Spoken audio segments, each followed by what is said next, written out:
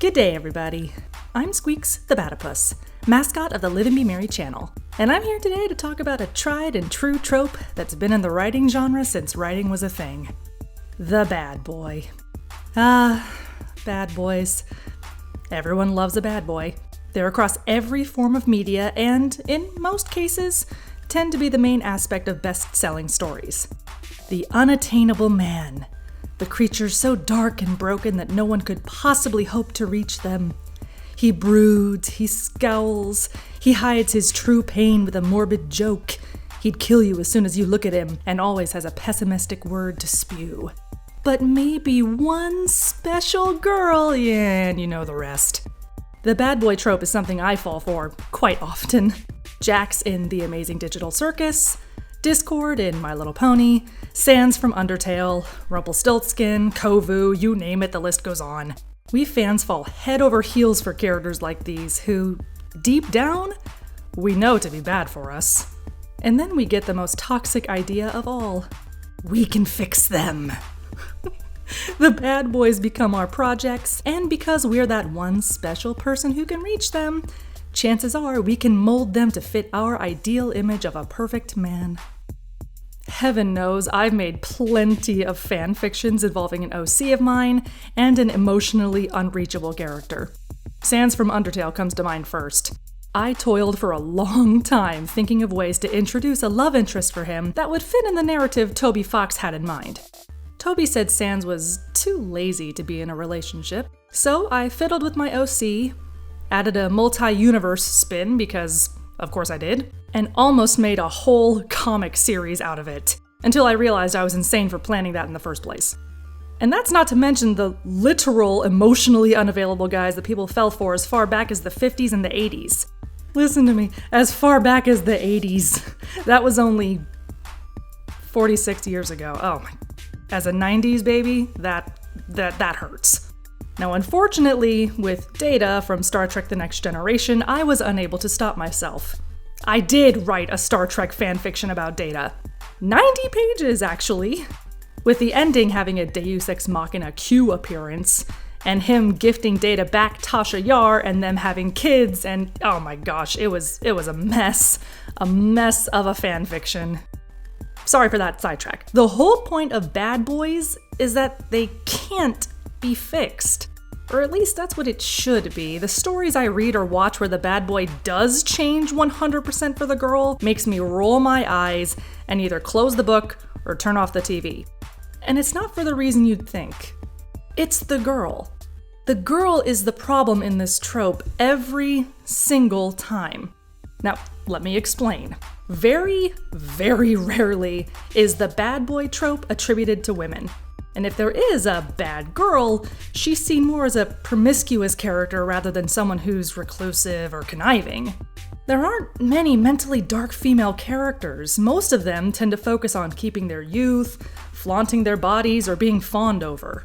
But once in a blue moon, a good writer creates a mentally twisted female character that doesn't rely on their physical attractiveness. And, a shock to no one, they're extremely interesting and the best part of their universe. Even you fear me. No, I love you, Azula. I do.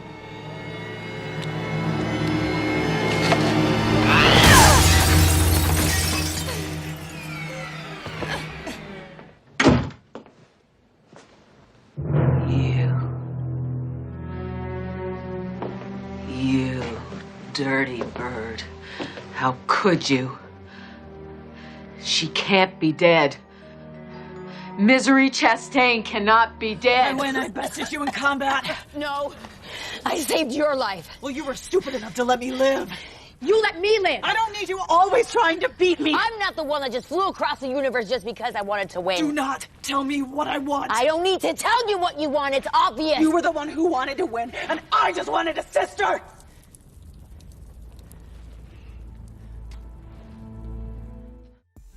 However, the woman in the bad boy trope is always the least interesting part of the story. She has no flaws and is always painted in a positive light, an angel that can do no wrong, a perfect creature sent to save the man from his dark tendencies. What's worse, she's uninteresting, yet she holds all the power in the relationship. I think that's why the trope is so popular. The woman doesn't change at all, or changes very little, and is so unbelievably special that she can take a black-hearted man and give him a whole new outlook on life simply by being herself. Thankfully, some properties use the bad boy trope well. The popular Fluttercord ship, with Fluttershy and Discord, comes to mind. Their relationship works on so many levels because both of them are interesting. They accept one another, even help each other overcome certain flaws, and genuinely grow as individuals the more they're together. So, if you want to use the bad boy trope in your writing, bear this in mind. What makes their partner interesting?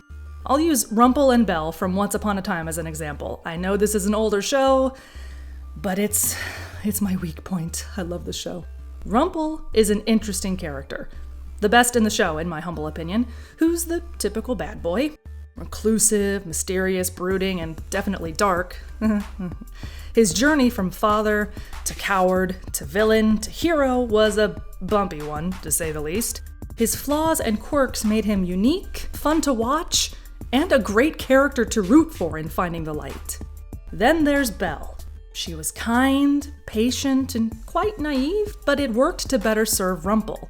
Think about it though. In mentioning Belle, she's always linked with Rumple. The writers failed horribly with her character and soon turned her into I hate this word, nag that asked way too much of Rumple. Case in point, her asking Rumple not to kill Zelena, a character who murdered his son, and his son was the sole driving force of his character for literal centuries. Finally, Rumple tells her one episode she fell in love with the man and the beast. He has changed a lot for her, but not entirely. That's not possible. At least the show got that right. But they ruined Rumple and Belle's relationship to get there. I'll save the rest of my Once Upon a Time rant for another day. As for other bad boys, like Jax from The Amazing Digital Circus, could he possibly fall in love someday? Doubtful.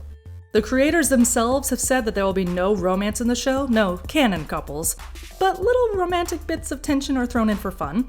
Could Jax and Pomni have a healthy relationship? Again, doubtful. They've got chemistry, I'll give you that, but they're bonding over nihilism, over the fact that nothing matters. So if nothing matters, why would they have a relationship? Nihilistic people don't tend to latch on to somebody else. Which takes me back to Sans from Undertale, who is a confirmed nihilist. Any romantic pairing with him, realistically, would not work. Though it was funny seeing Sans dance with Toriel in Deltarune. Toby Fox loves teasing that ship, which I find hilarious. Can characters like Jax, Sans, Rumple, or Discord be fixed? No, not entirely. They are complex characters who've experienced immense trauma and can't change on a dime or simply because they fall in love.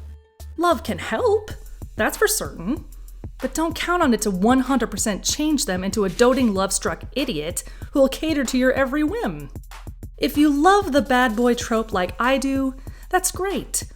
All I ask is for you to remember one small thing if you're writing a story with it. Make the person they fall in love with interesting too. Characters who 100% change by the end of the story make very uncompelling and frankly absurd people. Now this is why I'm weirdly happy that Jax hit the red button at the end of episode 7. It makes him extremely interesting and adds more mystery to the story. Now I hope we get answers to said mysteries. 2 episodes are left.